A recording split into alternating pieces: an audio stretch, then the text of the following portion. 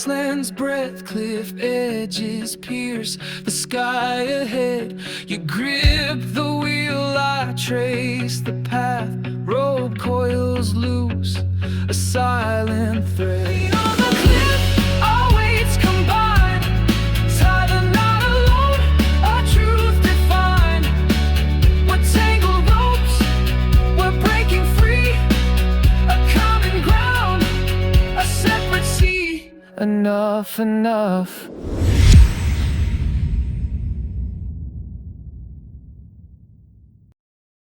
本节目由美团买药独家冠名播出，24小时看病买药，平均30分钟送达。加入芒果 TV 会员，每周4、周5 12点更新，会员抢先48小时看正片 ，SVIP 额外抢先看下集。周3中午12点尊享爱人悄悄话，周6中午12点尊享会员加更版。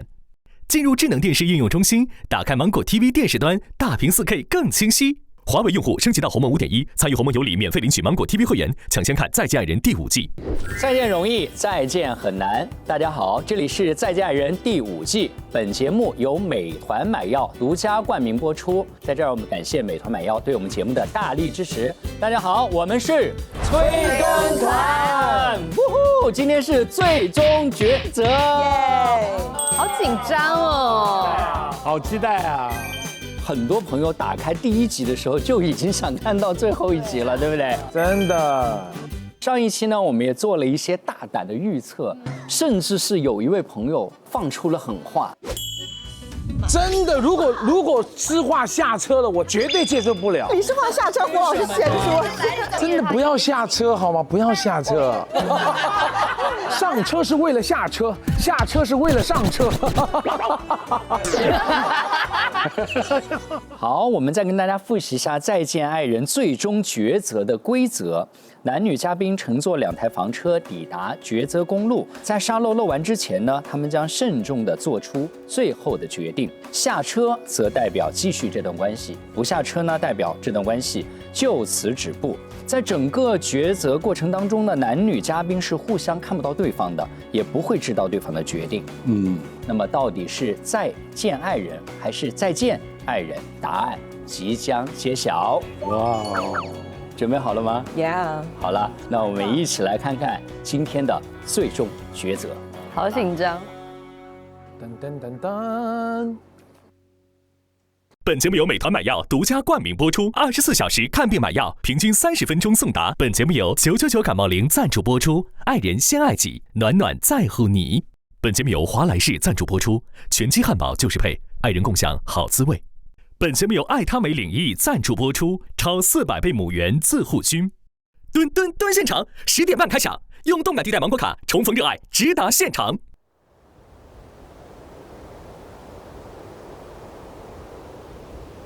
往哪里开？往太阳升起还是落下去？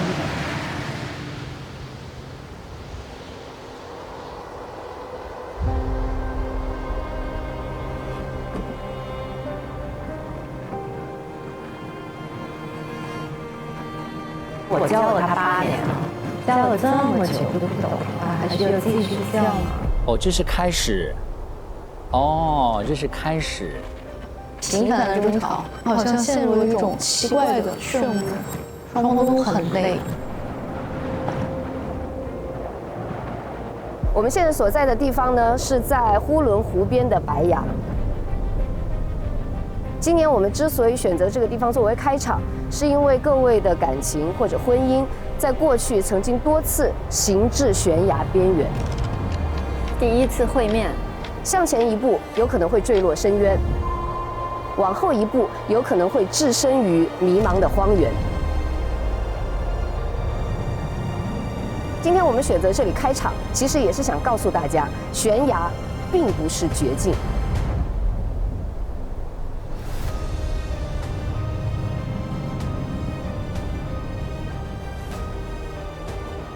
我不欣赏你。慢慢到现在就觉得我现在可以控制我自己了，可以做出改变了。最后1集真的是可以帮你回顾这一路过来哈。我会尊重他的意愿，就是努力过，该做的都做就好了，无愧于心，剩下的是他的选择。鸡皮疙瘩都起来了，真的鸡皮疙瘩都起来了。多次士多廳我打開啦，我的狀態是越來越好的。谢谢你给到我这18天很多很美好的回忆，从一个绝望的心找到一点点的希望。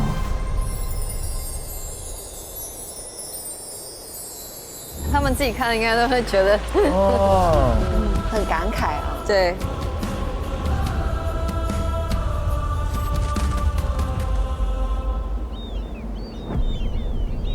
最终抉择。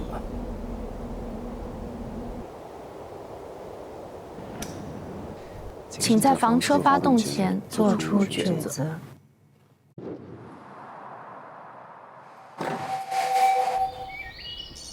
不错的天气。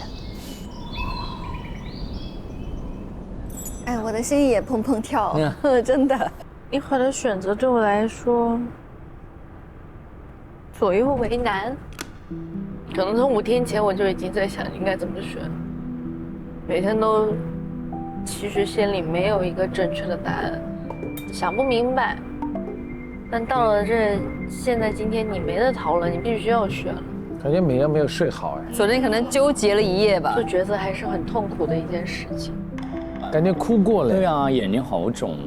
我以前都觉得什么东西都要弄清楚、讲明白。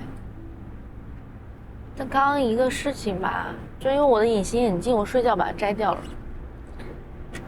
然后我以为我戴了新的隐形眼镜，结果没有身上，所以我现在是什么都看不清楚。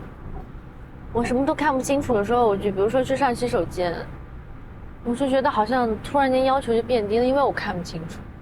可能它实际上比我想看到隐隐约约那种脏，但是因为我看不清楚，我就觉得 OK。好有哲学啊！太隐喻了。所以觉得其实，哎呀，有的时候也想自己能够傻一点，近视一点，可能心里还会更好受一点。这就是刘老师说的，要降低自己的敏感度。对。我再确定一下，就是下车就是回去好好过日子是吧？那不下车就是，对，就是我自己 solo 啊。对。OK。有一点小小的不安，然后也有一点小不舍。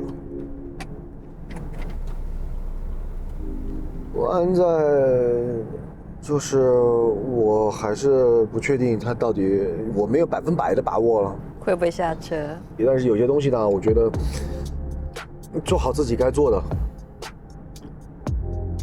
就好了。我现在可以坦然的接受所有的结果，其实真的。他不下车，你能接受吗？我觉得不要，就是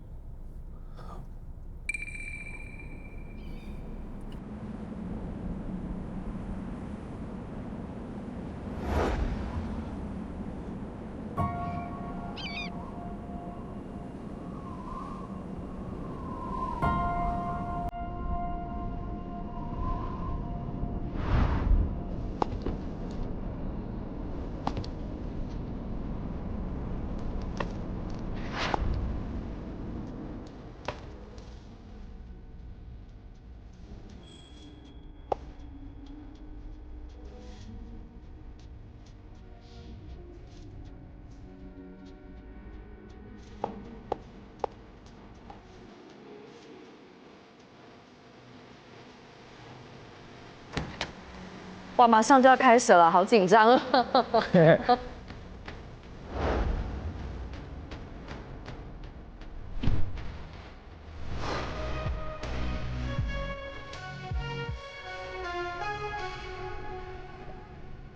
下还是不下？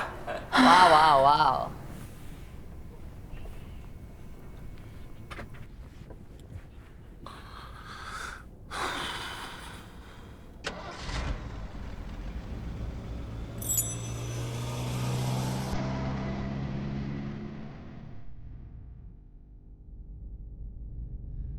梁松下不下？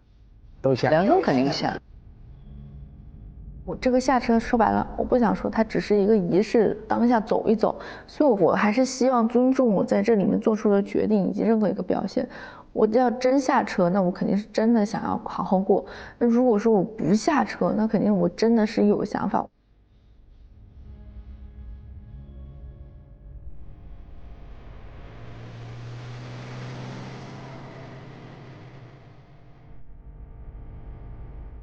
上不上车、下不下车这个事儿，我不确定，啊，傻骗人了。有点迷茫。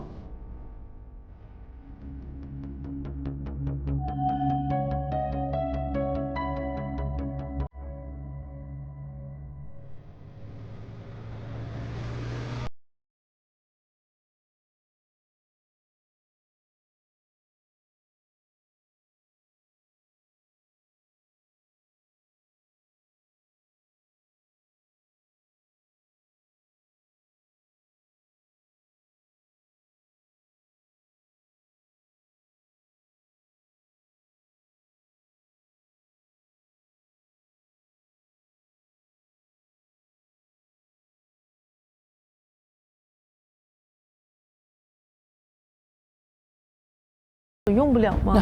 急的紧张，紧张了。一紧张就想上厕所，哎呀。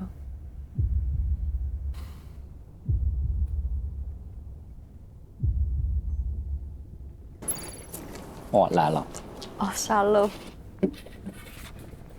来了。18天的旅程已到达终点，不知道在旅途中你是否已经得到了想要的答案。现在将由你来决定你们2位的未来。天哪，好紧张。下车则表示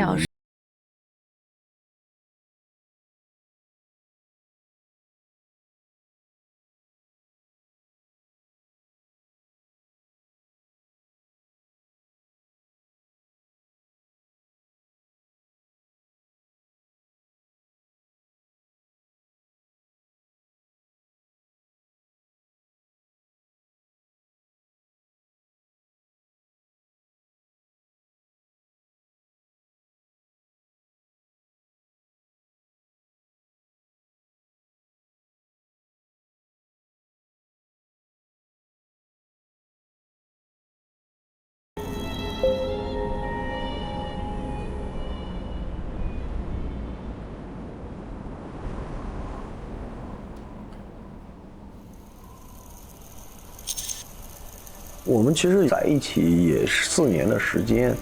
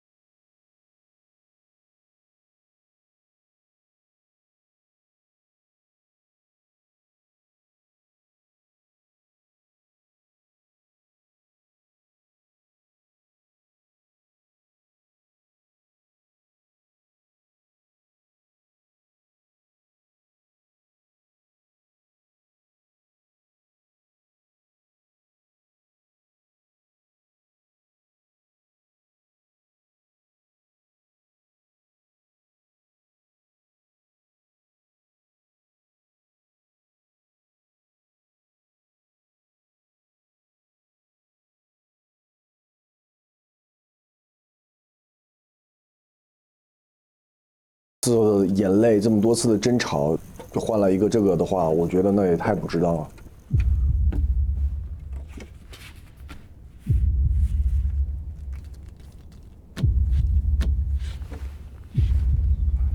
下了。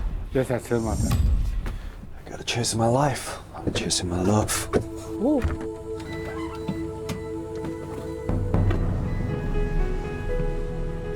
那很干脆。对。我肯定下车呀，对我肯定下车。对我表达这么多遍了，我觉得这个3代人整整齐齐的，这是我一个执念。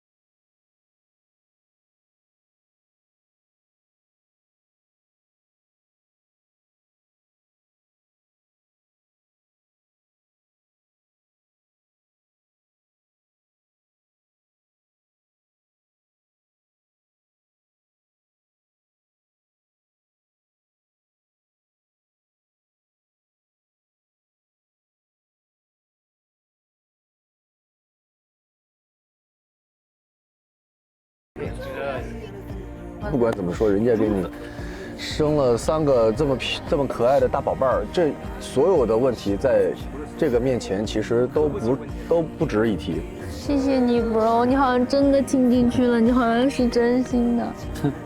我们不只有你我觉得我们还有119和66。Everybody stay together, then we build a family. “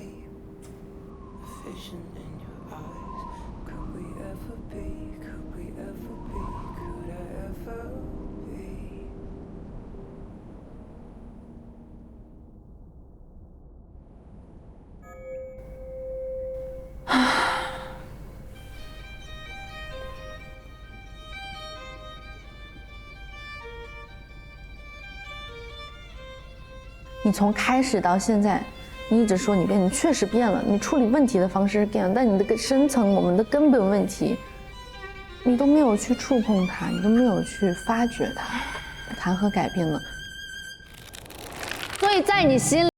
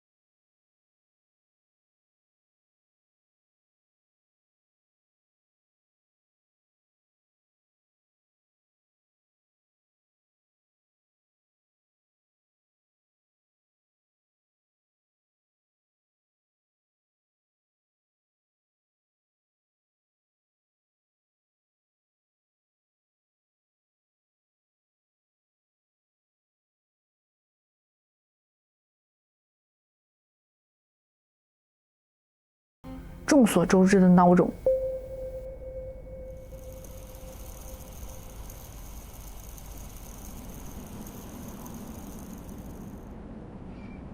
下，不能够吧？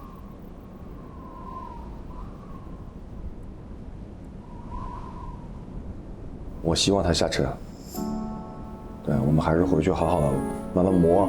我们这次来不是也得到一些方法吗？但我不知道，其实我没数没准儿，所以还是有点忐忑的，有点紧张。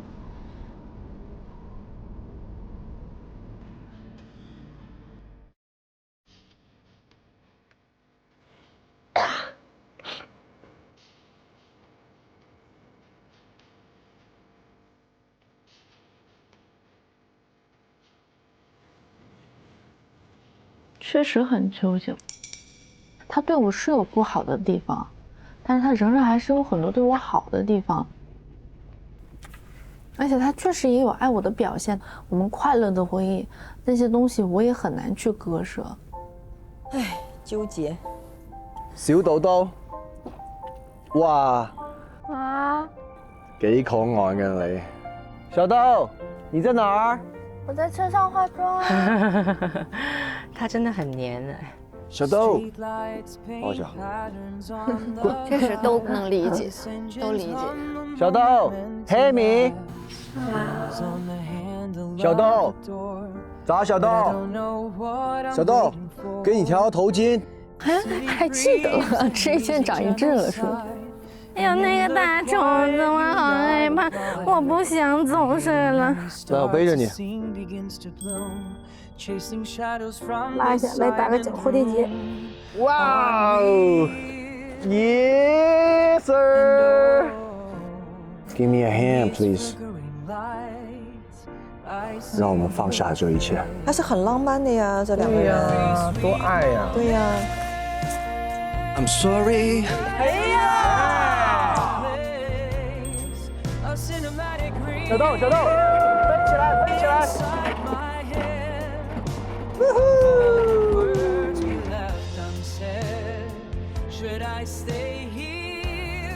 而且他觉得说，如果我离开了，他觉得他会一蹶不振。假如我们分开了，我会很沮丧，一个家不成家了，冷冷清清的。我觉得我是很失败的，我可能会一蹶不振。说实话，我可能会从此变成一个废人。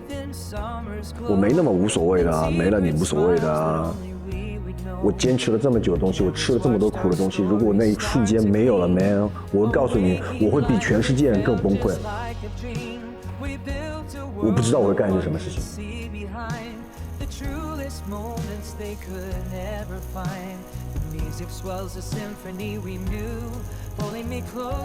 哎呀，这悬而未决真的很难受。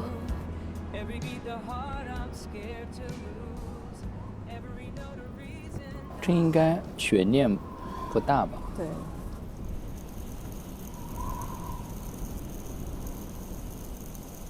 这几分钟应该很难过啊。我以前确实也比较自卑，所以在感情里又有很大的没有那么安全感，还有很多自己心里的不确定性啊，所以我把自己放在一个很低的位置。但是来这里的过程里，我也开始有意的去观察、学习、提升自己这方面。我没想先找事业，我想先找的是自尊。如果你都没有自尊，你哪来的自信？你怎么可能找回你的事业？其实没有人是可以伤害到你，只有你给他这个机会去伤害你。你可以这样说：我不会接受你不尊重我，你就拿回来你自己的就是 power， 对自己的一个主动权。我希望你能够认清，我眼前的痛苦不是因为伴侣自私，而是因为我的手上没资源，没有决定权。既然有时间了，那我要做的就是努力就好了。我起码先把自己想发的专辑发了，想做的歌写了。学校老师很坚定地看着我说：“你一定要在舞台上，你一定要回舞台上。”被认可的感觉真的很好。现在的我也比结婚前的我更明白了自尊、自信和独立的重要性。天哪，他不是真的没下吧？最大的收获就是自己有所提升。不管我最后选择是下车不下车，我都即将变成一个更好的人。这一点对我来说是意义是非常之大的。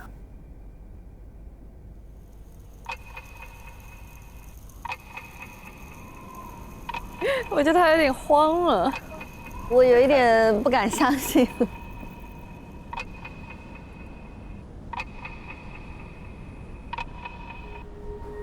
考验了，越来越少了那个沙漏。Come on。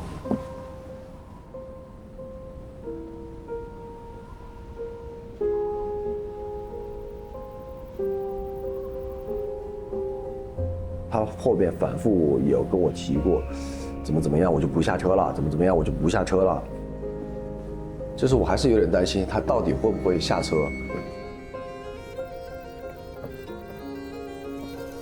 哎呀，美妍在想什么嘞？婚姻就是一个，它牵绊的东西太多了，我已经没有办法通过理智的判断去做决定。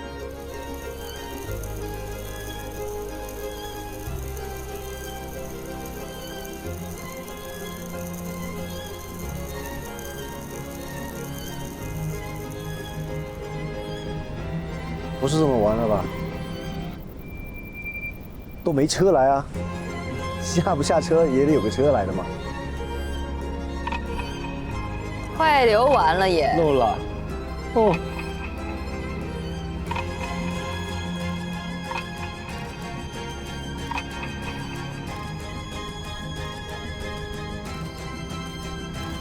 Come on！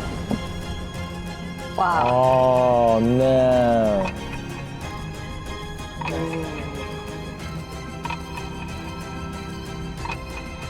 哇！不可能！天哪，我都有点哆嗦。不是这么玩的吧？这什么意思？漏完了？车要开走了。车要开了。哇哦！哎呦哎呦，老师！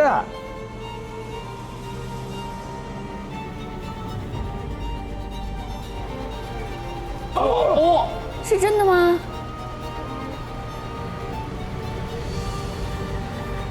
没下。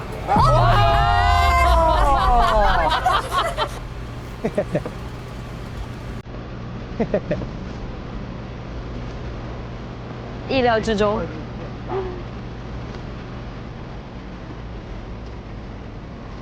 哇，你看美颜后面那片云。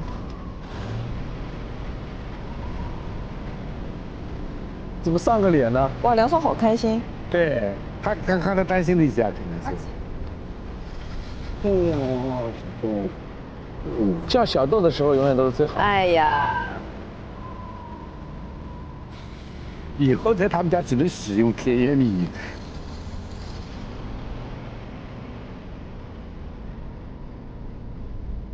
到最后那一刻，脑海里最后逐渐清晰的画面，还是我希望跟孩子们，跟他一起。妈妈，我睡觉的时候就想到这个。你睡觉就想听这个歌啦？多可爱！真的太可爱了。我还是对他有感情，还是舍不得，还是想要跟孩子们陪他一起。我们有3个可爱的宝宝，我们相爱着，我们还有希望的。Everybody stay together, then we build a family。这就是每个人存在的意义和价值。不要再说那些话了，真的听起来蛮傻的。我都没看到你的车过来。你紧张吗？你下车没看到。我下车，我看到那边，我想你，但是我没看到你的车什么时候来的，完全。紧张吗？你没看到我？紧张。你害不害怕？厉害。什么厉不厉害？我说你害不害怕？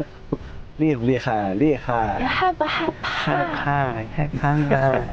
救命呀！救命呀！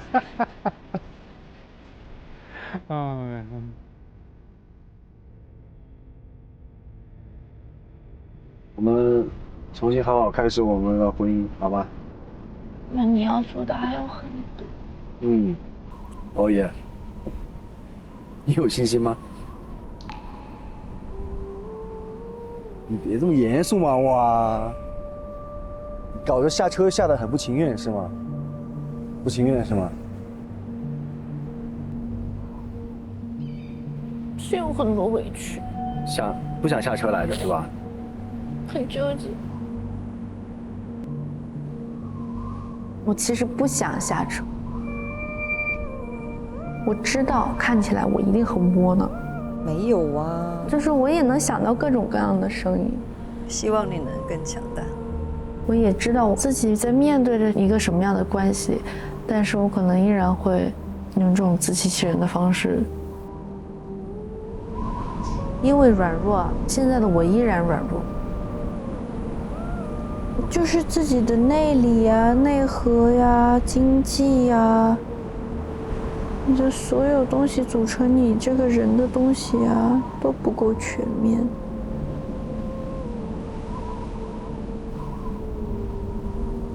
自己就没有给自己的底气，没有底气，你就会做一些很没有骨气的事情。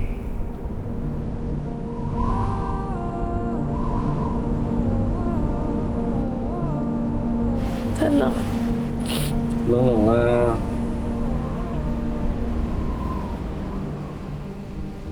看我今天穿的像不像90年代县城的新郎？如果我不下车，你就是在这里哭泣的老头。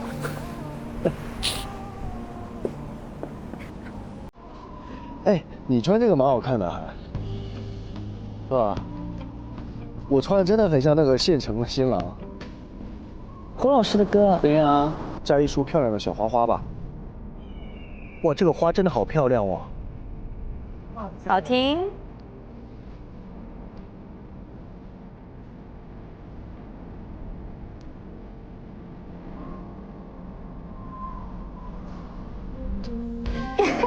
撞不过你，有那么厉害？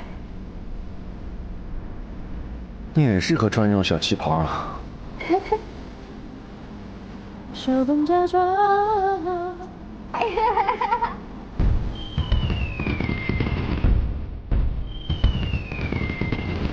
好好过日子吧。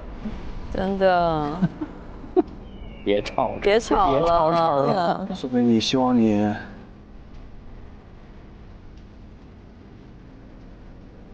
开心一点，可以吗？開心最重要啦，做人啊，開心最重要啦。我哋返屋企摸下碗面俾你洗。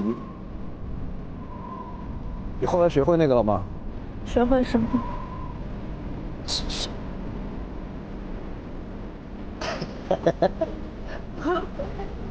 哇塞 ，MV 好美啊！感觉这俩人结婚去了。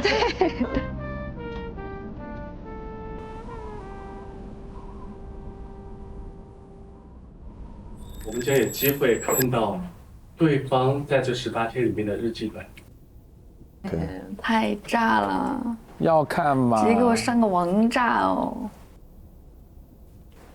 交换日记我的是黄色的啊，你们的是黑色的。天哪，你肯定会生气的。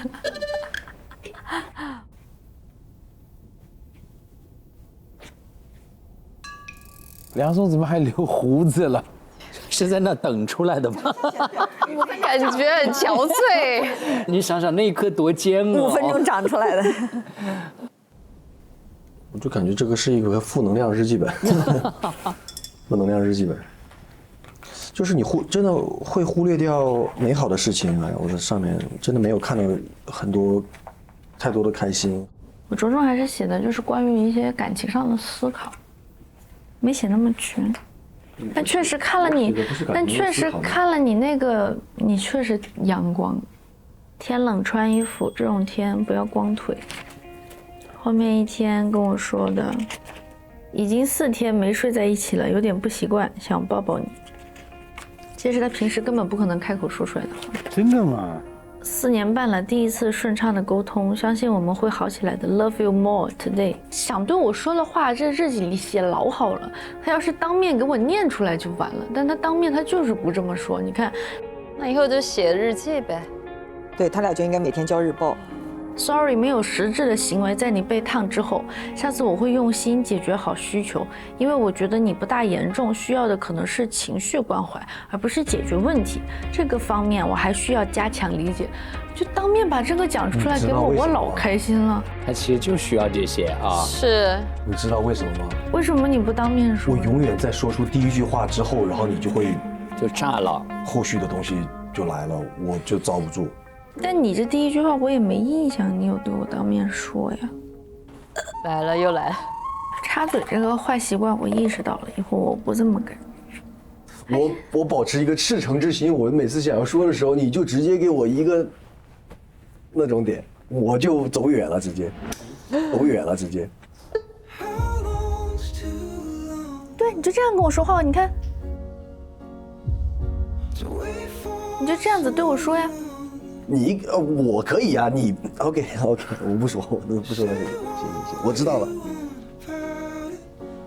但是有一些变化啊，我感觉。改。好的。所以下车见面的时候，美颜你有问梁老师没看到车害不害怕？当时梁老师是没有回答的，对吗？我问你害怕吗？害怕呀，怎么能不害怕呢？对，害怕什么呀？我害怕这个家要散掉啊！我不说我单方面付出，但我们一起在这个家里面，这么多次的眼泪，这么多次的争吵，4年半，就换了一个这个的话，我觉得那也太不值当了。我有些执念，还是有些执念在。所以你这更像一个。对吧？像执念，而不是你不想失去我，你不想离开我，只是一个执念，是吗？其实他就是不能说家，要说我。对，这对我来说是一样的。我不可能，我说咱俩爱情没了，离婚，到后面就没了。Come on， 它都是一个体系的呀。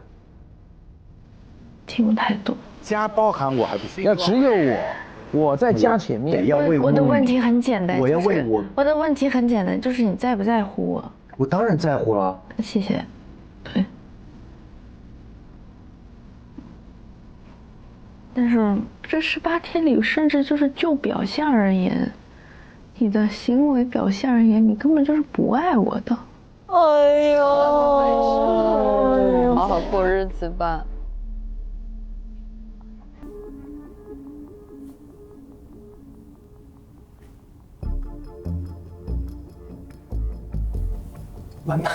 蛮难崩的我。你说啊，那就。那你就因为我说了4句话，你就因为我不爱你？我这4句话背后是有逻辑的。那你少找我的背后就没有逻辑吗？好吧，你既然这样感受，那我尊重你的感受。是不是 ？I'm feeling bad。你看，莫比乌斯环。完了，莫比乌斯环又出现了。哦，完了，莫比乌斯环又出现了。这从一开始到最后，一帧画面都保持如此一致的一组嘉宾。他俩都决定我们这个家不离不散，我们就是要在一起，但不代表我们不吵架。对。他们的这个结尾特别像一个悬疑片的结尾。对，而且这个后面特别像个彩蛋，不像个结局，对吗？就是感觉《再见爱人》那么多的最终抉择，没有一对给我的感受是这样的，未完待续的感觉，悬而未决。我觉得像科幻片，就是时光倒流了又回来了。有很多的电影的结尾啊，就一切回到了开头。但是他们中间经历了一些事情，和那个真正的开头还是不一样的。其实他们俩还是有点领悟的，让我想起艾略特的一首诗，有一句话他说：“所有的探索都让我们回到起点，并真正理解了这个起点。”我觉得这个是重要的。对，美颜的下车不是我同意你了，而是这才是真正的开始。我要我的答案。谁说下车是结局 ？No， 这是真正的开始。机会是给有准备的人，你准备好了吗？你们觉得美颜为什么会思考那么长时间啊？我觉得他是有冲动想不他也下车的，很怕又回复到这个莫比乌斯环的这个巡回里面。对，我有2条线索去理解美颜，就是她的下车。首先是我认为她下车其实是一个占了主导的，因为她知道梁松一定会下车。我这些天的表达都在给梁松传递一个信息，就是我不一定会下车。美颜应该非常清楚梁松会紧张，他到底下不下车。你看美颜下车之后的那个状态，是我一点都不想下来的，我是为了你这个家我才下来的，这是一种理解方法。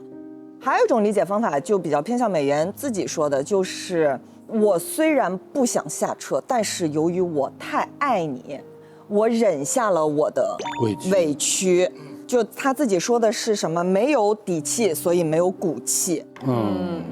然后被看作是窝囊，对不对？对，但是你想，他一下车，梁松见到他的那一瞬间，那个主动权已经回到何美颜手上了。是，何美颜是不是说你是不是很害怕我不下车？你害不害怕？我问的是你害不害怕？他回答的是厉害。他其实一直没有回答害不害怕，一直没有回答。所以才追问的害不害怕。所以我觉得何美颜她的自尊不允许她立刻下车。如果我立刻下车，我前些天的这些反思，我的反省算什么呢？对。所以她需要给自己一个比较合理的一个时间段，一个犹豫。我觉得对，是的。我觉得美颜她在36问的时候，其实试图给很多台阶，让她能够非常体面跟愉快的下车。她把台阶都递到了梁松的面前，可是没想到梁松毅然决然的把这些台阶全部都拆掉，这使得美颜在抉择前真的好像吃了个闭门羹一样。我觉得她这个晚下车还是要想听到梁松说我在乎你，我爱你。他最后那句话他还是答错了呀。为了这个家不解体，梁松你不能说出一句，他还是不是要他要的答案？我不能失去你。我想起来何美颜下车之后对梁松说的那句话是：你要做的还有很多，还没达标呢，你得改变，你要变。但他们还是有甜的时刻了，好像甜，他俩是真的甜。但是他捧他脸的时候，你们什么感觉？教他呀，我要求你这样看着我说话。他是以撒娇的方式来强制他，或者说达到我希望的那个样子。美颜不要想着说你下了车就是窝囊，因为婚姻它就是你的生活的一种方式，这不是一种窝囊，这就是一个生存策略。我觉得美颜如果直面自己的软弱，可能她也就没那么软弱了。我希望他们都能够成为更好的自己。吴老师，你看了5季，这一对的下车是不是你很特别的一个感受？有一对是这样子的一个最后这个 ending 的吗？这个很奇妙。我在想说，何美颜坐在那个车上，她为什么不下车？本来不都是猫捉老鼠，都是你在前面跑，我在后面追的嘛？哎，怎么有一天还要等到我下不下车了？她有点不习惯吧？这一刻，梁松，你到底在想什么？那我要以什么样一个姿态下去？对他来说是一个新的命题啊。我觉得等到有一天，美颜是觉得说，梁松，我跟你的相爱和这个家庭不冲突，对，我们是可以互相这件事情是可以兼顾的，有能力去兼顾的，而我不需要再让你杨松把我的名字放在家庭前面来肯定我的时候，那是美颜真正成长。我觉得他们就是那个认知意识，现在已经开始慢慢他们清醒了，但他们那个习惯太强了。对，我觉得呢，他们之前和现在给我感觉就是在这个莫比乌斯环上面跑酷。你之后莫比乌斯环也可以，你能不能改成比如说两个人一起慢跑？就不要是那么激烈的。等年纪大没有这么高能量，吵不动了，自然会慢下来的。但是我觉得在这18天里面，其实都是梁松一直在黏着美妍的，连那个诗画不都说他很黏你，一天到晚就是过来小豆豆抱一下什么。其实我觉得挺甜的。是，他们要多处1天。不能只是个18天，因为这个8就是个莫比乌斯环，一定要多1天，9呢就会有个出口，不是迷宫了。他们一直在这个里面，我是真的看到最后，我就一下子给我干到了第1集，我觉得我坐在这儿有恍惚了。我们要看到螺旋式上升。对。就是说，其实我们讲了这么多啊，其实有些东西就是确实这种爱或者是这种感受的东西很难说清楚。他们又涉及到婚姻，又涉及到家庭，我们有没有可能给他们一些真正的有技术含量的处理的方法？这个我就特别想跟梁松说，你看，当梁松展露出那种我需要你，我很脆弱，我很累，我需要你的支持，我离不开你的时候，这种状态很 real， 请多保持。然后呢，你们带着这个变化都选择了下车，尽管有一些重复的元素，但仍然是新的开始。我想对美妍说，就是她不是把她脸转过来，你对着我说话吗？就在爱里边，不仅要面对面，而且要肩并肩。我们一起做事情，对于孩子，对于事业，对于家庭。在这个当中来再谈我们的关系，不是说一定要把我们的关系单拎出来，脱离家庭。所以弗洛姆说一句话说，我们不仅是要坠入爱河，还要立于爱河，就在爱河里面立起来，共同往前看。我觉得这样呢会开阔一点。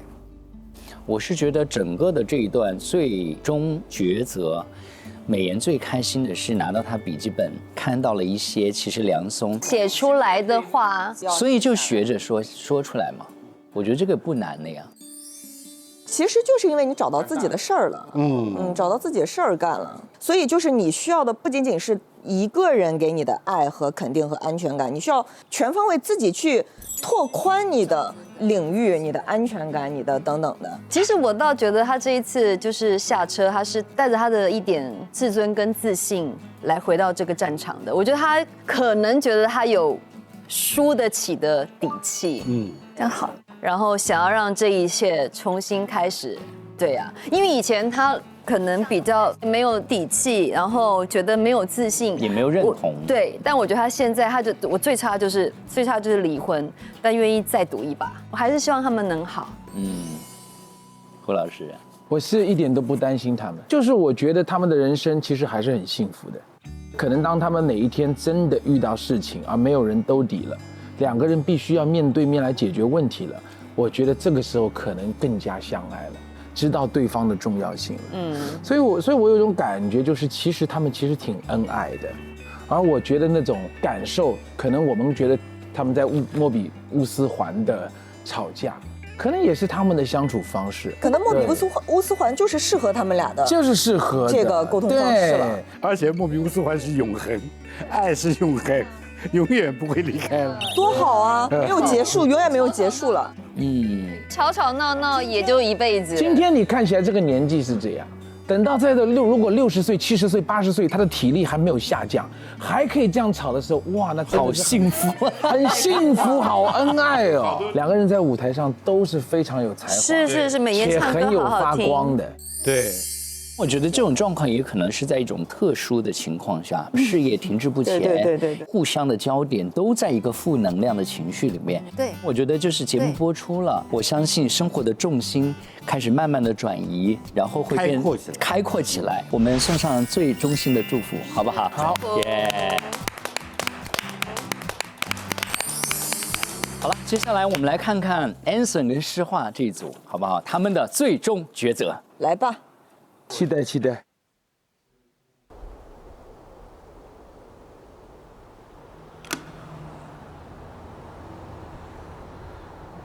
挺紧张的，就是还是觉得会是一个很重要的决定。虽然一直想提自己，其实这个不是代表永远的一个决定啊，但是还是会觉得这个决定会代表我们之后是怎么走，所以我们之后怎么走？哇塞，他有期待耶，就很难很难。心情有点快。噔噔噔噔噔噔噔噔噔噔噔噔。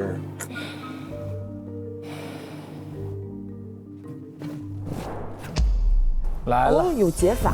老师好，我是李世桦。我跟 Anson 一起8年了，分手复合无数次。我其实真的是觉得他爱我，我也感受到其实我对他还有爱，所以其实具体来说，我想知道，在一个关系里面，你要给几多次的机会，才算是对得住自己、对得住大家的那个关系。你好，世桦，我是何炅。何老师，你的有解法专线由我来接单。何老师，没有想到会是何老师，因为我之前跟他合作过，但真的没有想过会在这个节目跟他联系。还记得我们上次见面吗？在《生生不息》，你在舞台上唱着《共同度过》。藏在我的失意天，疑問究竟為何心？那天你穿着一身長裙，站在舞台上，輕盈又美麗。謝謝你，讓我有機會聽你唱過《共同度過》，有在這個重要的抉擇時刻陪你共同度過。哇，親愛的世桦，聽着你這麼認真的把這8年的故事一點點講出來，我能感受到你反覆在愛與理智之間拉扯的疲憊。我想沒有人比你更清楚，這8年你經歷過多少次希望燃起又熄滅，多少次說服自己我再試一次就好。不要哭了，被理解。你問一個人能不能真正改變自己？相比這個答案，我更好奇，你在問出這個問題的時候，更希望聽到什麼回答呢？糾結的人們有一點像在墜落之前抓住了一根荊棘，握緊了會流血，但鬆手會墜落，要怎麼辦呢？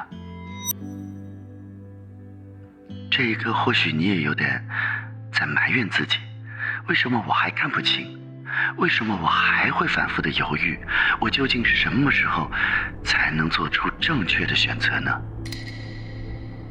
心情很亂，所以沒辦法去選這個。我還是寫了一個問號，因為我其實沒辦法確定現在的感覺。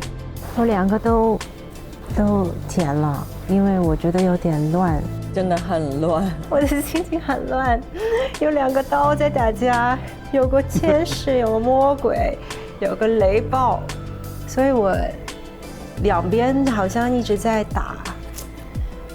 我覺得很難，我覺得很難。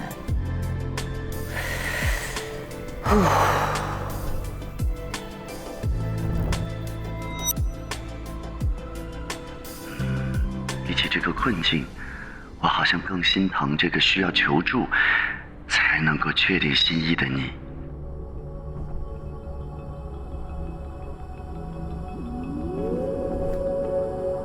世桦，這個世界好像總催着我們必須清醒，很多聲音會不斷地告訴我們要看透，要放下，你不能軟弱，你不能猶豫。可是這一刻，我想你能不能捂住你自己的耳朵，這樣也許你才會聽見你自己心裡的聲音。世桦，你當然可以抓緊回憶不鬆手，你也可以反覆徘徊在他的好與不好之間，允許自己有不夠溫柔的放手，也可以允許自己有不夠理性的沉溺。世上並不只是獨立清醒這一種答案，遲遲不肯痊癒的痛，反反复复的犹豫，也是我们鲜活生命里最真实的态度啊。我们换个角度想想，如果现在不是要你做一个关于他的决定，而是做一个关于李诗画的决定，你会想给李诗画什么样的未来？此刻你心里跳出的第一个心意是什么呢？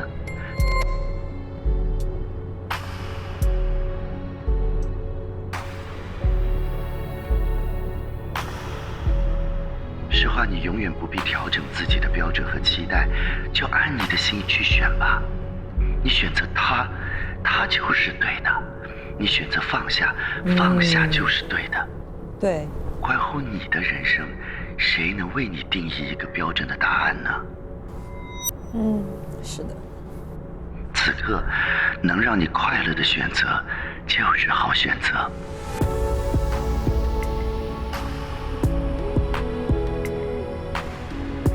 能让你快乐的选择，就是好选择。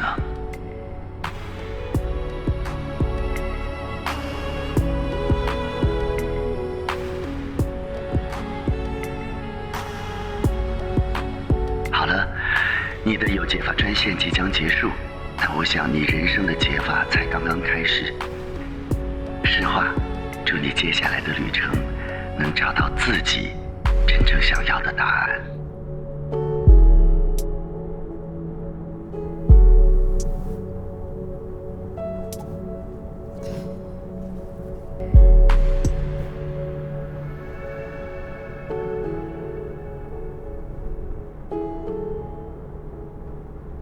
很感谢何老师用心的去听我所有的话，也给我这么好的反馈，谢谢你。有的时候其实很难会有人是真的是懂你，知道你经历过什么，会有共情。所以我其实他一说，我就感觉就是有点心疼我自己，就是哎呀，这8年的反反复复的分手，又抱他脚切口，又抱他，就尽量想要相信他会就变得更好，或者会知道怎么安抚我。这个其实他都说的非常非常到位，然后感觉把我里面的那种苦，这种经历都就说到点，然后我就忍不住去哭。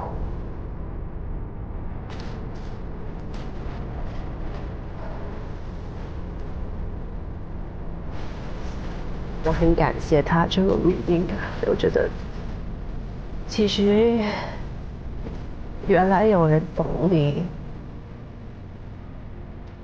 你觉得他给到的是你想要的答案？我觉得他也没有明确的说应该要怎么样，但他给了一个给了一个理解。那需要理解。对。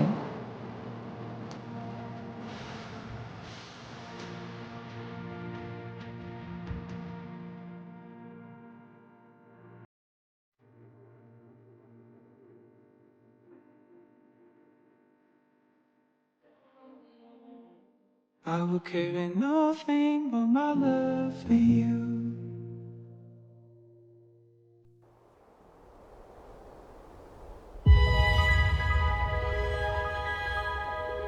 哎，来吧。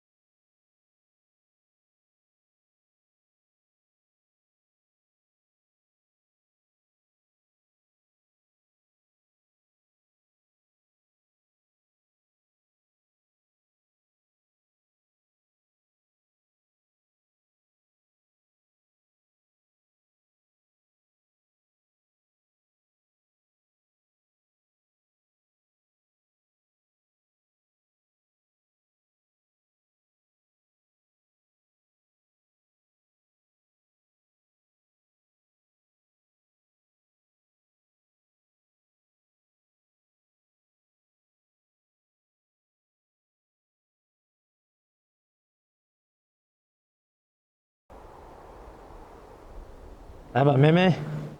因为第二天你看见很多羊嘛，所以那妹妹她很喜欢玩这个，我就应该送给她。我们也35块钱啊，没看。你随便吃。我不吃东西，我想买个东西哦。你买呗。可以吗？我不吃饭了，我不想吃饭了。好，我过去那边看看。这个对衣的颜色吗？OK， 明白。买这个。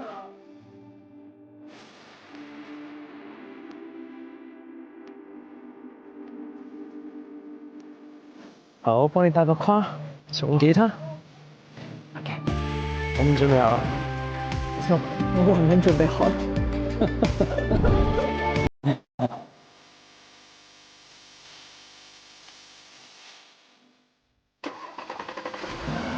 他很害怕。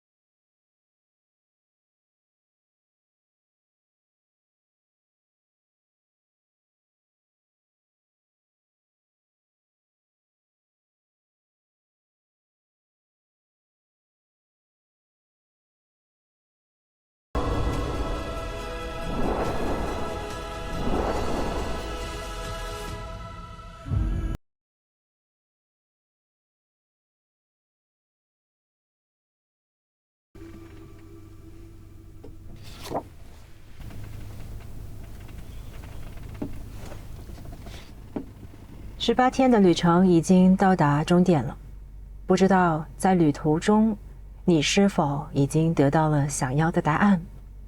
现在，将由你来决定你们2位的未来。下车，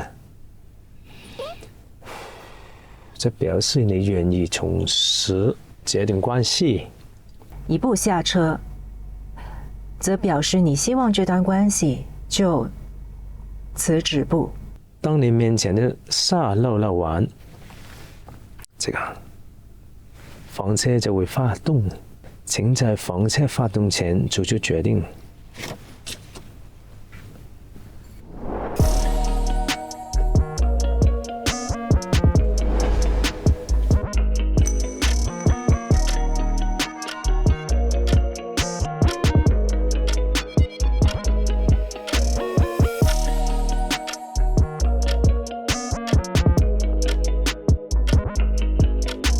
马上要下车了，毫不犹豫的，让他马上下车，毫不犹豫的，沙子还没有来得及掉，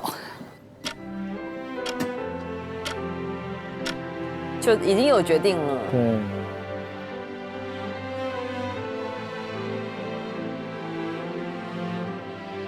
我们一起做一个决定。来吧，妹妹，这是我来的目的、目标，还有照相里还有这个发发。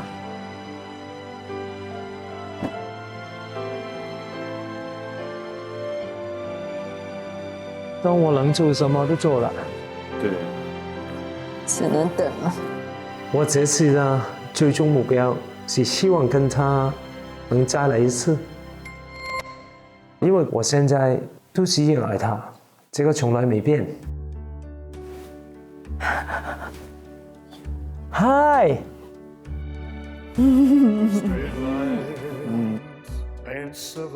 你还会选择跟对方在一起吗？我会的，我想的。那你对他还有爱情的爱吗？當然有啦，我還想跟他去馬爾代夫，我還想跟他去見北極光。1000里，我們會一起拜頭到爐，一起手握手，面對所有挑戰。他對我最大的影響，給我一個家吧。這個是對我來說從來沒有這個感覺的，所以我想跟他一起生活，有個家庭，一起走下去。剛剛分開了，我有點想他。那我怎麼辦呢？求婚吧。你们看到这个问号的终点是什么呀？結婚。对，结婚了。我喜歡這個圖片。我們還沒有機會走到這裡。我想我的婚禮是一定要有我們兩家人，簡單的能聊聊天，吃吃東西，開開玩笑。我跟他一起抱起這個女生飛來飛去，我覺得很開心，因為我覺得我好似有個女兒這樣。其實我想生一個女兒，有我堅強的一面，有你的溫柔的性格。我愛你，還有我想跟你組織一個家庭，我想看見我們有未來。未來，我想跟他一起過生活，我想看他笑，我想看他開心。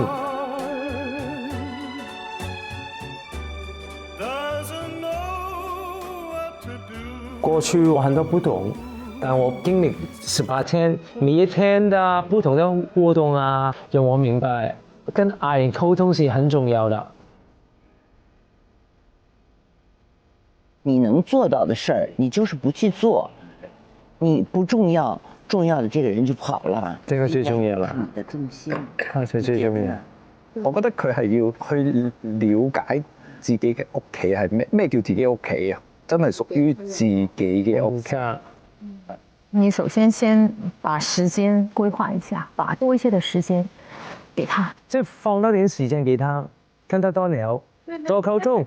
問題就是在這裡，你自己個人放在中心，你目的不是要解決您之間的問題，你的目的是要解決你自己的問題。你要去分辨他真正很 enjoy 的時候，你需要記住一些感覺。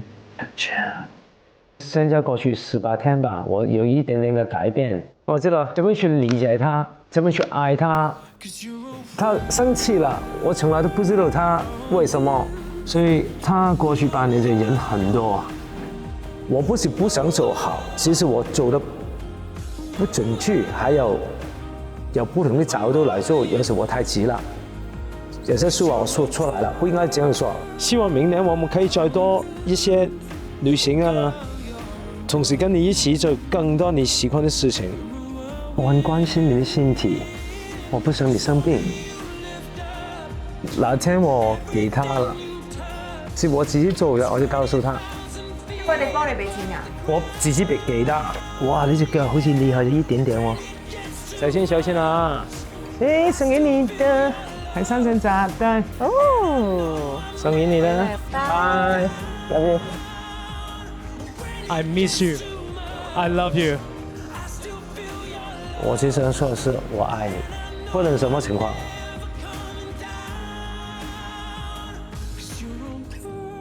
雖然還不是一個完成本，但是我不怕去學去改。那看大家有沒有信心再來一次。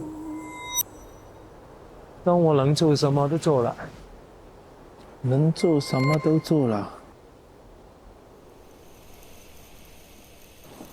哎，糾結呀，李世華。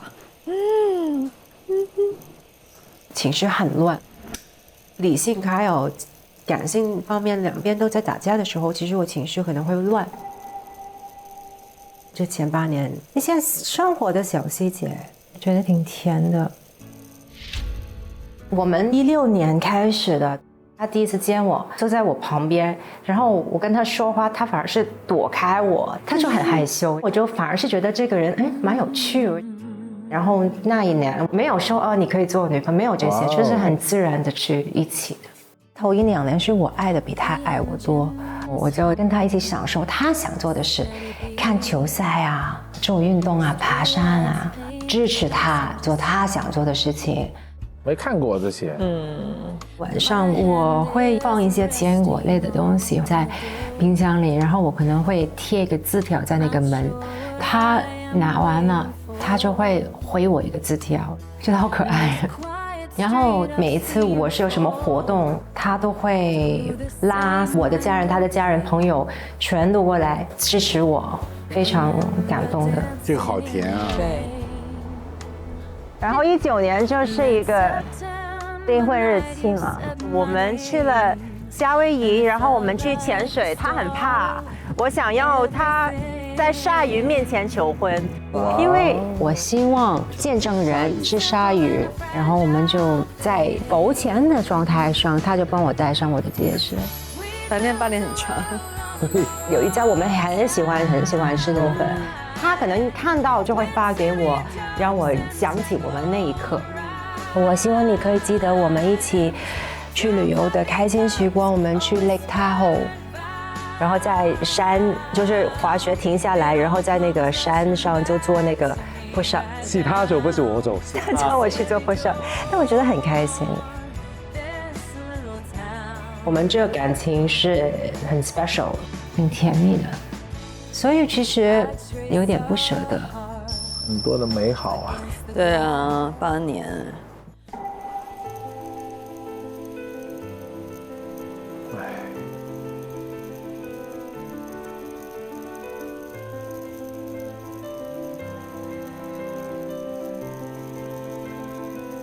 像不像？难讲，这有点猜不到。虽然大家都是有爱，但那种心灵的连接没有。不要想，不要想。问题就是他没有用心去感受我们的关系。这个我觉得是在此背后是有一个很不开心的事情。对。那怎么可能会最喜欢呢？我希望你记得我们所有开心的时光。所有哎。开心就可以了。他其实一直都是用他的脑，没有用他的心。我点牛肉有问题吗？我就觉得每个礼拜你都要点我不吃的东西，我就觉得你没有想过我，你没有在乎我的感受。我做所有的疗程，我做所有的手术，我都是自己去面对。那个时候我觉得非常孤单，而且他跟我很难沟通，不太能会理解你想要表达什么。去睡吧。一直说去睡，去睡，去睡。我一直说好多昆虫，好多昆虫，没刷牙，不舒服。我有口罩啊，你有口罩吗？我想刷牙。撞到的头哎！你喝点甜吧，我有水。不是甜的东西，是头疼。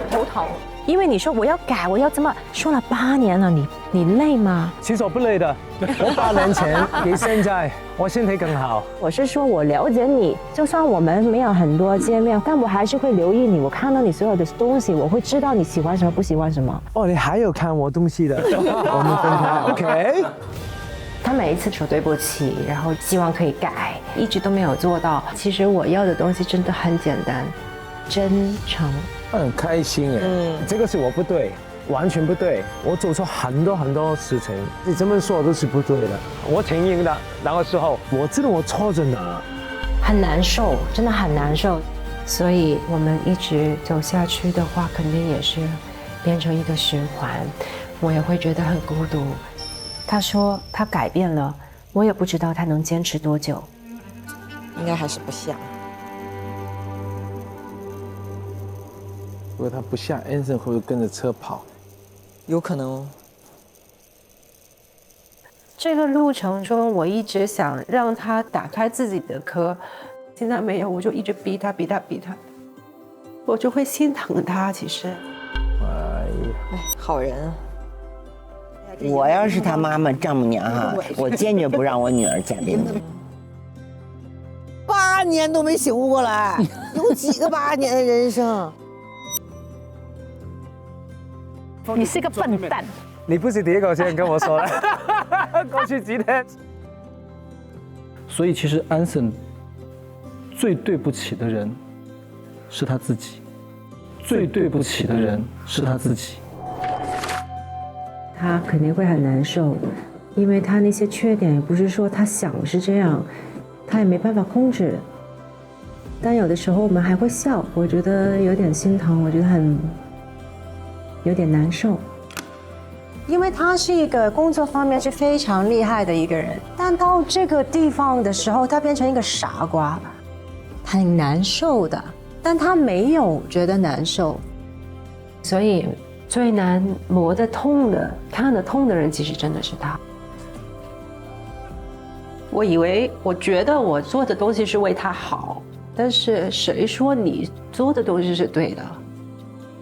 可能这个也是一个自私的一个状态，想要他给到我想看到的一个改变。那不应该是这样的。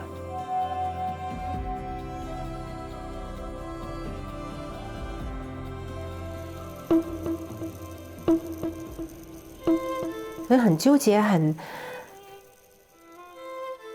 就是我觉得理性的我跟感性的我好像在比赛一样。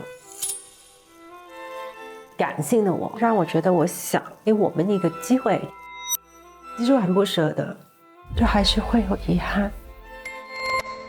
明明就已经分开了这么久，为什么还是会有这么强烈的一些情绪？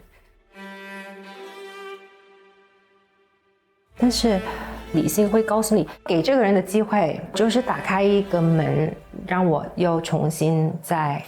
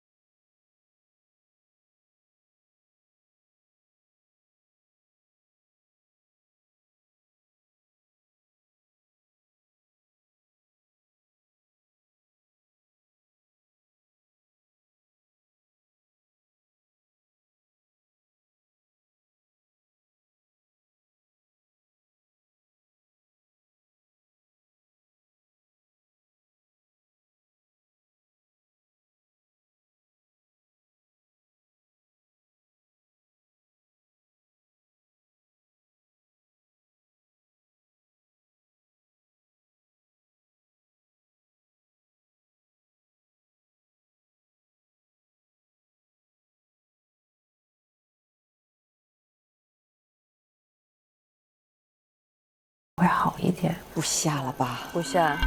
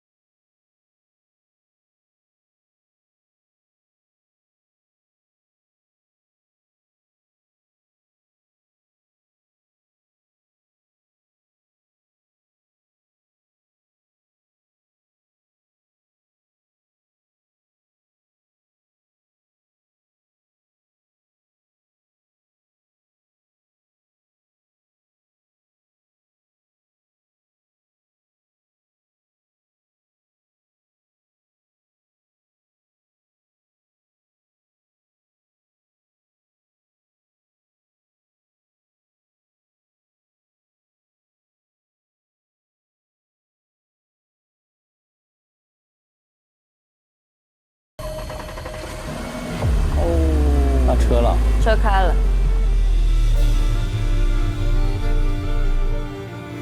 应该不下吧？应该不下了吧？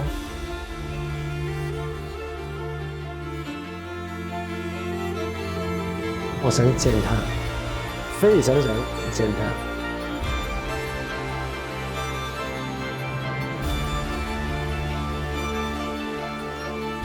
有没有？没下。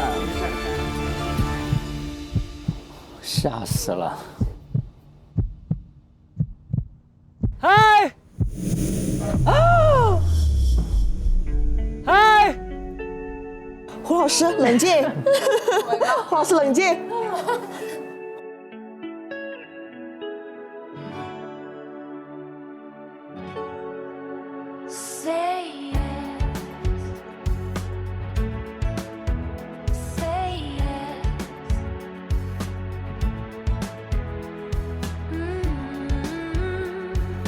要我相信他会很难，但是愿意再去做一次。不是说没有可能。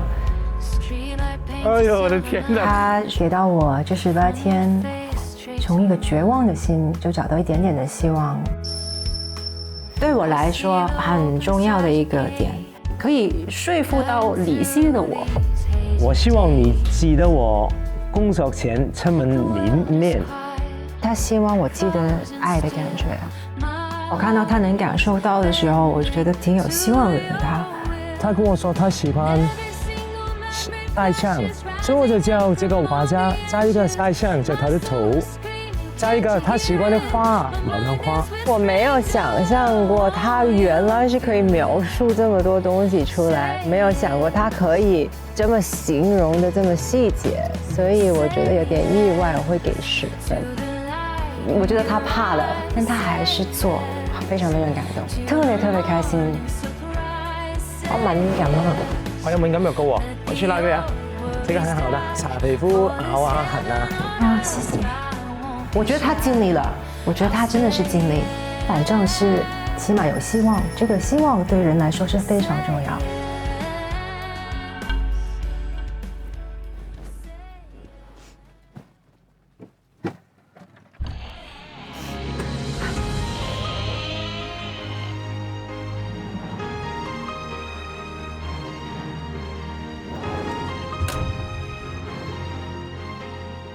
因为我是一个非常容易心软的，我不想他不开心。看到他很用心，就是心疼，想要看到他开心，想要帮他，给大家一个机会，可能会更好。实话真的是一个很有爱心的人。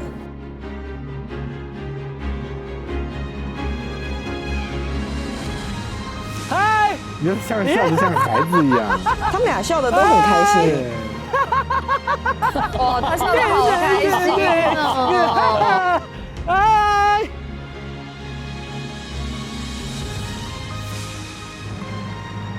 ，Anson，这是你最后一次机会了啊！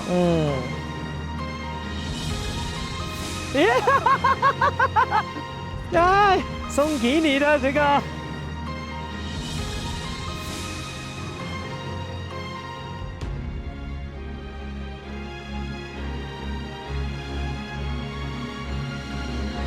哎呀，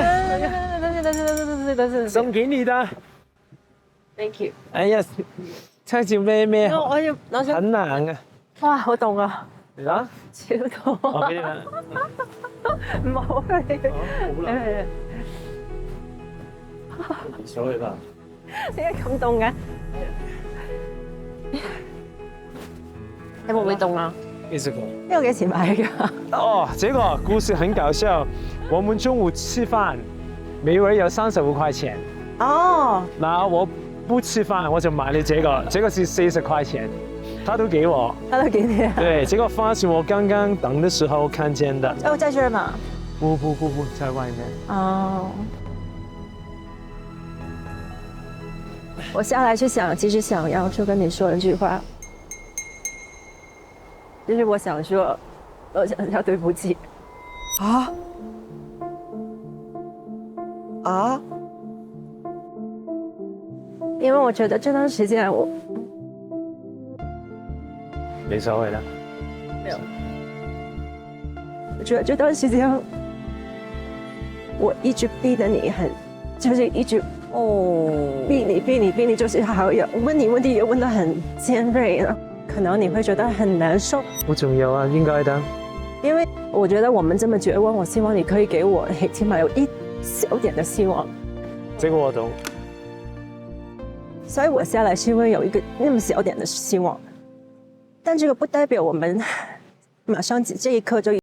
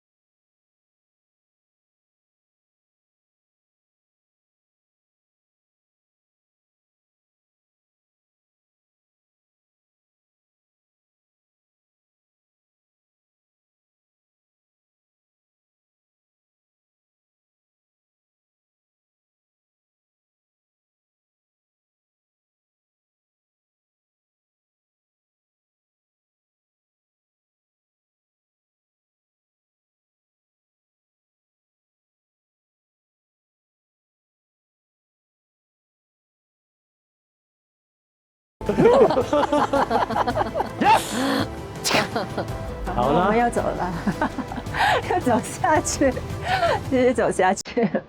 我给你吧，你要跑步，你跑步可能会，可能会热一点。你不跑啦？哇，好美啊！你看，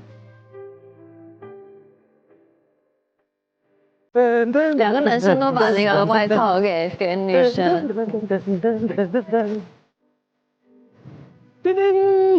你什么时候下车的？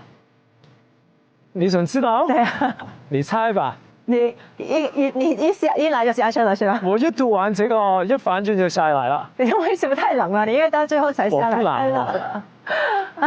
我是有準備而來的，我準備我心態來學的，我唔係嚟玩嘅。英格蘭啲。你咁樣啲啊？我哋沖唔沖水先？洗晒面。快啲講消毒膠布。哇，好靚喎 Thank you。很漂亮吧 Thank you。呀。嘿。哎呀，大爺。好，就嚟個。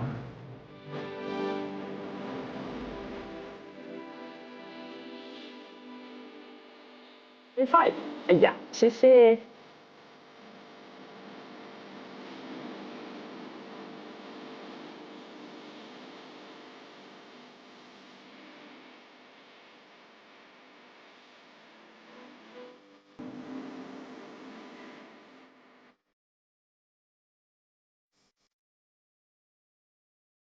谢谢给机会，机会你吃饭，请我吃饭。当然你想吃什么都可以。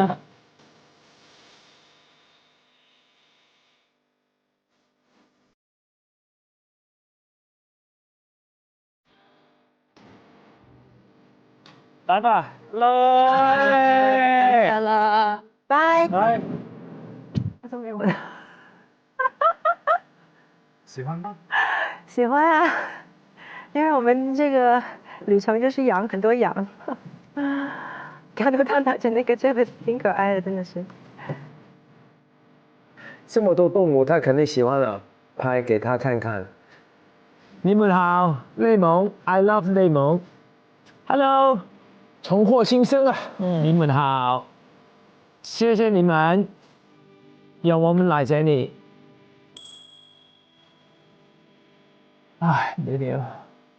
他一定觉得这一路挺不容易的。哇！我很少不吃这些。我们新学长破戒了 ，Anson 吃薯片。现在什么的，我们去吃火锅。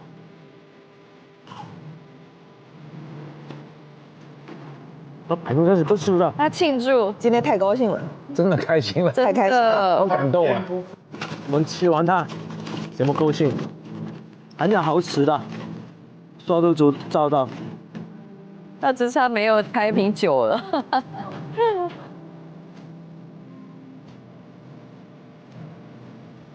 心事疏解了。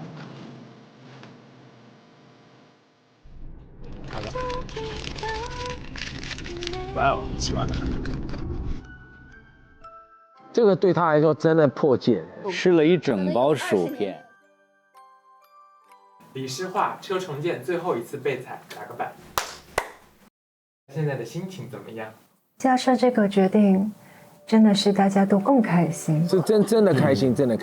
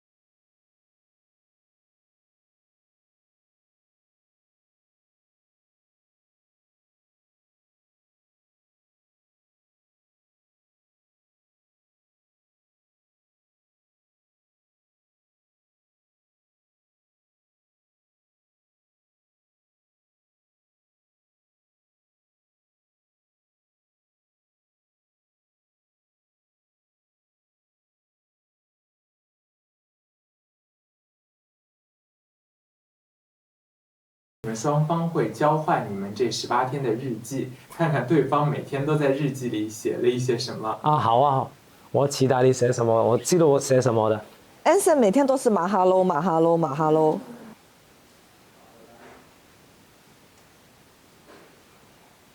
哇，你的日记太简单了嘛，这个。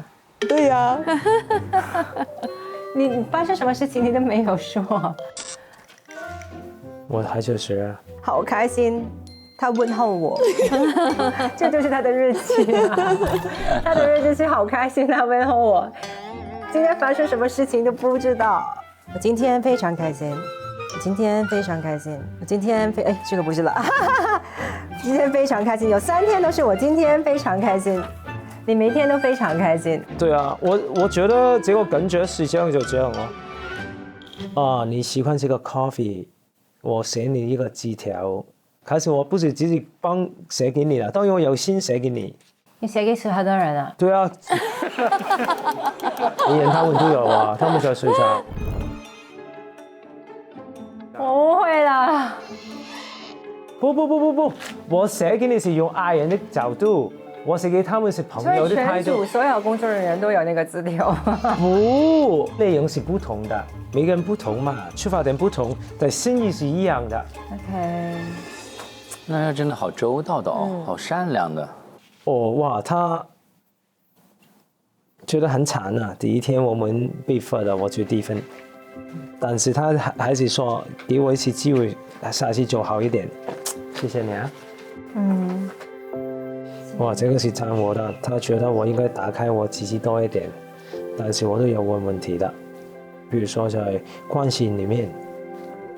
OK，let's engage。这段时间也逼得你挺厉害的，想要你说我想听的话，所以我想跟你道歉。我觉得你也很辛苦，同一时间我也想谢谢你，给到我这18天很多很美好的瞬间，会变成一个非常美丽的回忆。哇，谢谢，明天会更好的看这个光。对吧？好的，我知道这个机会来得不易。所以我希望你有点耐心，用时间来看我的改变。我觉得这18天其实不能够完全代表一个人是怎么样改变，或者是他是怎么样的一个状态。所以我其实更想看到是你在家里另外一面的。所以快点，我们去回家吃饭，你就看这个样子吧。哇，回家吃饭。你什么时候回香港啊？我可能过2天回香港，然后我还要飞一趟。那9月25号回香港。9月25号。8月25号。一起回家吃个饭好不好？好呀。期待一下。还有你想做什么，你就跟我说，时间表安排，你做一些跟我说，我就调动一下。对，这个是雪晴的建议。谢谢 ，love it。就好像从刚刚认识开始谈恋爱这样。对啊，重新开始。李世化，车重建，再见爱人，最后一次比赛结束。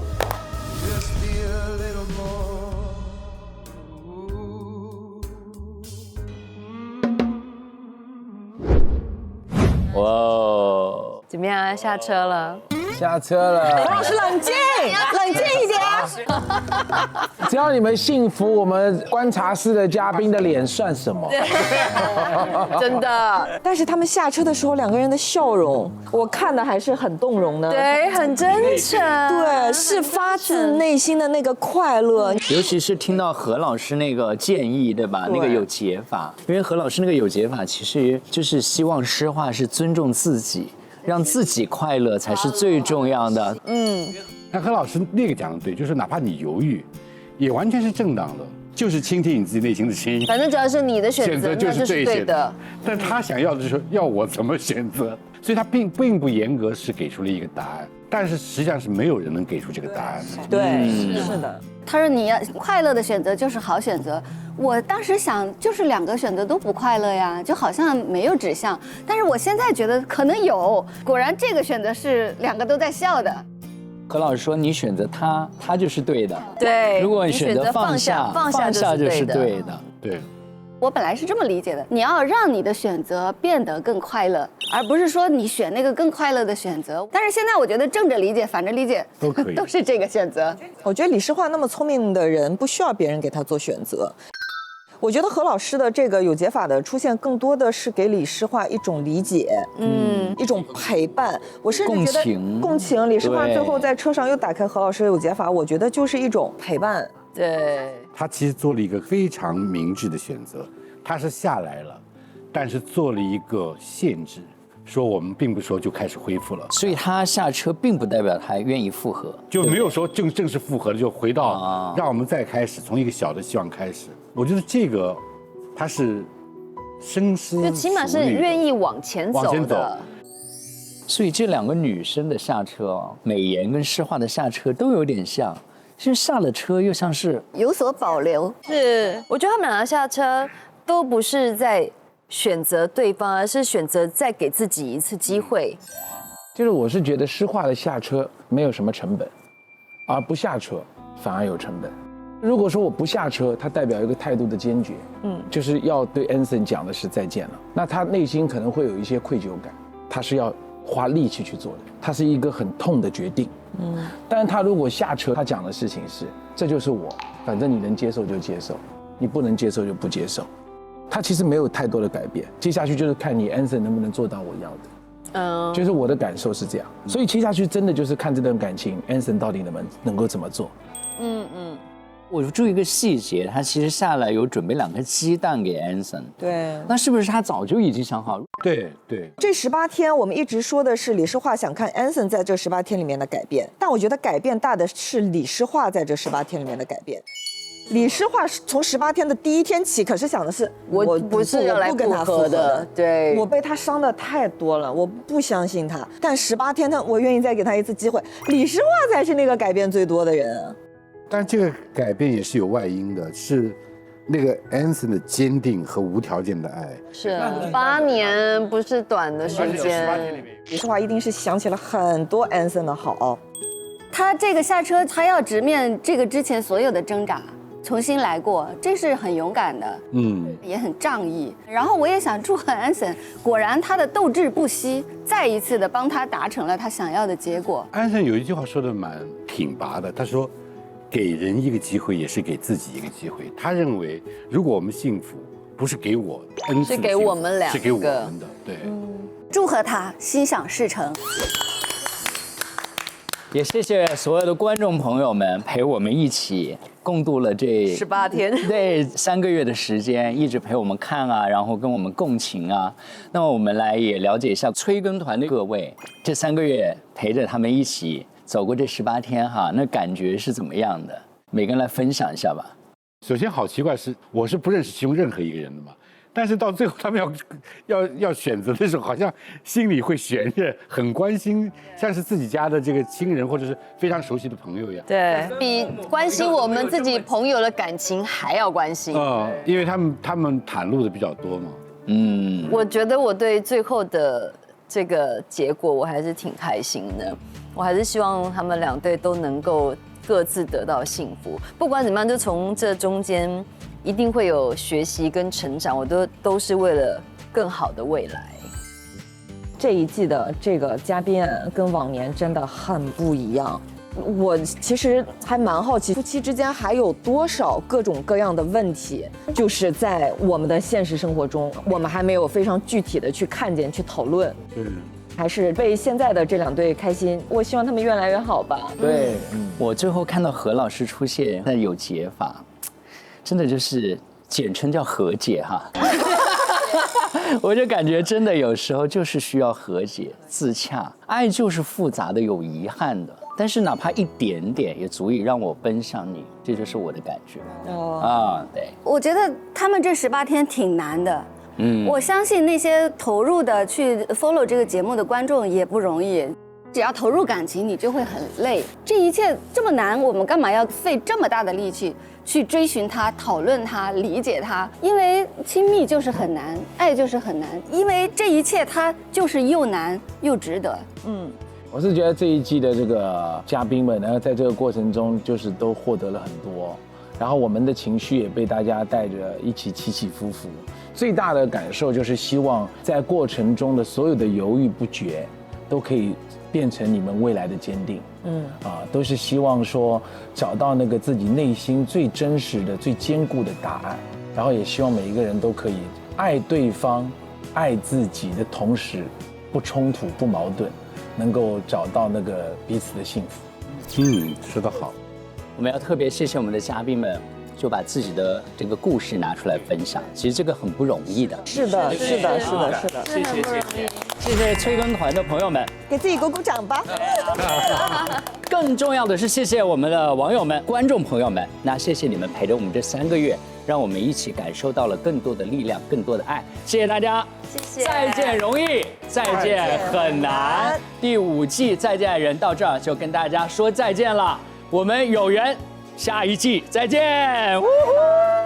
拜拜。下期再见，下期再见。拜拜，拜拜。哇，这是什么？这是什么？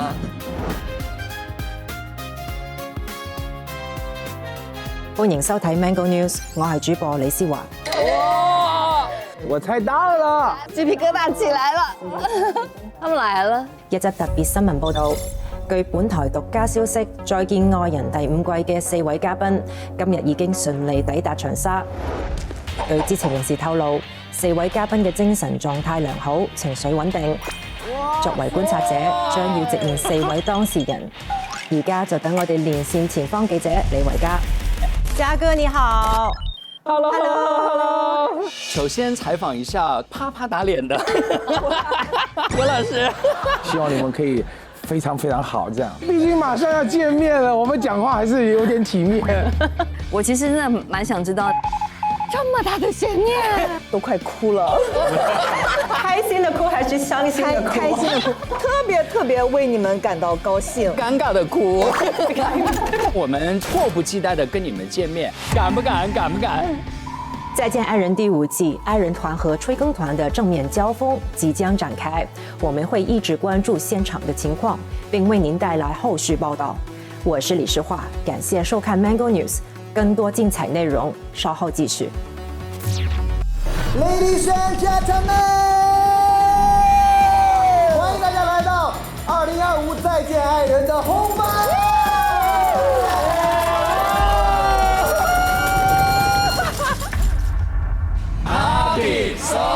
我现在应该是完全顶上了那个浪姐的赛道。心如 solo， 冰冰冰，既能在一起，也能做自己。我是最受观众讨厌的男嘉宾。我们一阵一阵，一阵一阵的。连吵了3天，冷战了15天，死去的记忆来死去的记忆又回来了。我想问林老师，就是在网上其实有看到一些消息啊。什么？你快别说了，我背上都冒汗了。我可以说的就是，和好了。现在我是一个好一点的 AI。我不知道你在说什么。你说过他像 AI？ 没有吧？做完最终抉择以后，你们俩现在关系是？最终抉择看完就好了，为什么还要搞返场？谁是我们当中最猜不透的人，逻辑最强的人，最符合完美伴侣的人？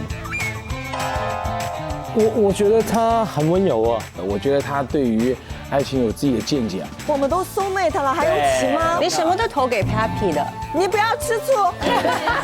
Anson，我发现这句话讲给你听的。哇，这个梁松又老又丑又穷，竟然是来自我朋友圈里。Oh my god！ 天天爱，没别的事情可做了吗？太过分了。对呀。上一个对猴这么有耐心的是唐僧。哦，你是唐僧，我是马騮。哎，你快一点离开，是吧？听说你还去找了心理医生啊？我回去，我找一个爱情专家。骗钱的，绝对是骗钱的吧？但是看得出他是非常认真的在对待这件事情。我觉得安森有一个很难得的品质，在当今的这个时代，一种无条件的爱。给我一点时间。是你们让我们成为了更好的人。来，抱一下，抱一下。祝你们幸福，真的祝你们幸福。幸福可以是一种选择。